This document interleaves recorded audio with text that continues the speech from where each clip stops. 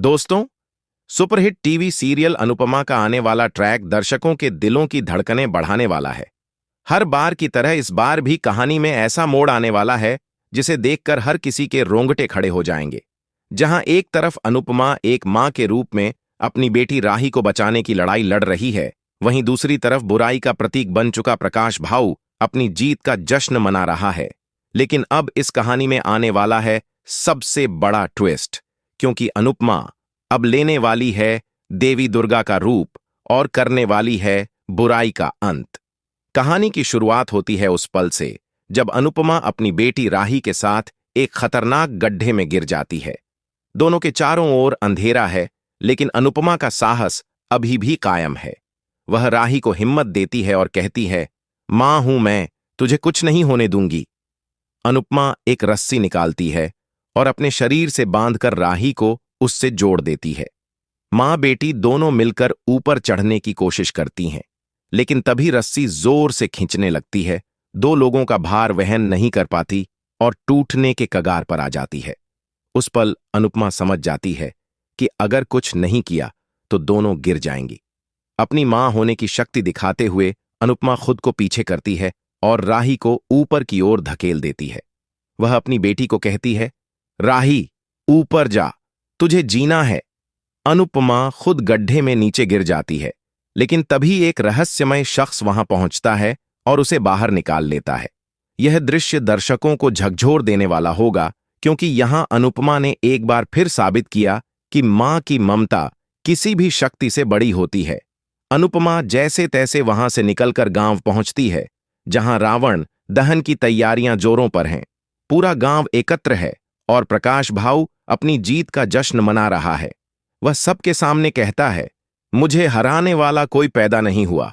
उसके चेहरे पर घमंड साफ झलक रहा होता है, लेकिन उसे यह नहीं पता कि अब उसकी हार निश्चित है, क्योंकि अनुपमा अब उसके सामने खड़ी होने वाली है, उस रूप में जिसे देखकर खुद राक्षस भी कांप जाते हैं।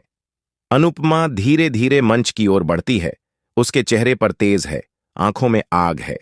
जैसे ही वह प्रकाश भाऊ के सामने आती है, वहां की हवा बदल जाती है। लोग समझ ही नहीं पाते कि यह वही अनुपमा है जो कुछ देर पहले कमजोर और घायल थी, लेकिन अब वह देवी दुर्गा के रूप में सामने है।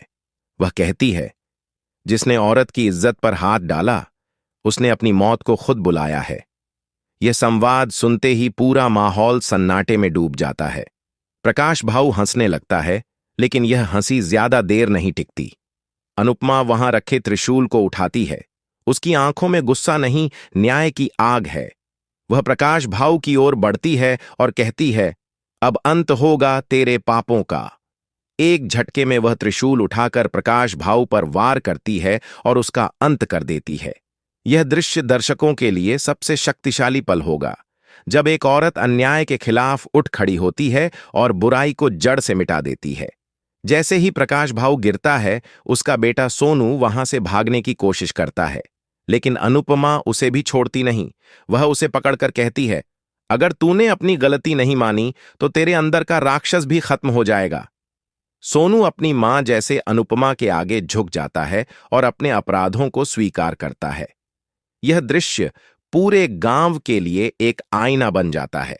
वहीं गांव वाले, जो अब तक प्रकाश भाऊ को भगवान मानते थे, अपनी आंखों से उसकी असलियत देखते हैं। उन्हें एहसास होता है कि जिसे वे देवता समझ रहे थे, वह दरअसल राक्षस से भी बदतर इंसान था। सबके चेहरे पर पछतावे के भाव हैं। अनुपमा कहती है, जब तक समाज ऐसे राक्षसों की पूजा करता रहेगा, तब तक औरतें सुरक्षित नहीं होंगी।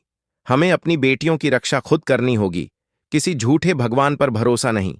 इस पल पर दर्शकों के मन में गर्व की भावना जागती है, क्योंकि अनुपमा सिर्फ एक मां नहीं, बल्कि समाज की हर उस महिला की प्रतीक बन गई है जो अन्याय के खिलाफ आवाज उठाती है।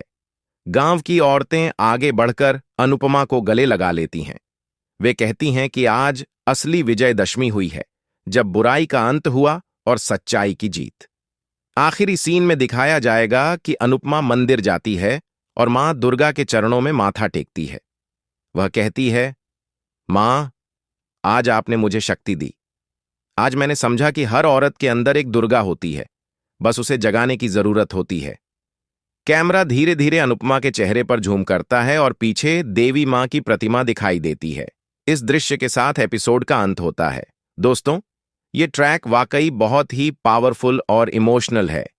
अनुपमा का यह नया रूप दर्शकों को न सिर्फ मनोरंजन देगा बल्कि एक गहरी सोच भी देगा कि औरत सिर्फ सहन करने के लिए नहीं बल्कि अन्याय को खत्म करने के लिए जन्मी है। तो दोस्तों, आप बताइए, आपको कैसा लगा अनुपमा का यह दुर्गा रूप? क्या आप भी एक्साइटेड हैं देखने के लिए यह धमाकेदार एपिसोड? हमें कमेंट में जरूर बताएं, वीडियो को लाइक करें और चैनल को सब्सक्राइब करना ना भूलें ताकि आपको ऐसे ही टीवी सीरियल्स के लेटेस्ट अपडेट्स मिलते रहें।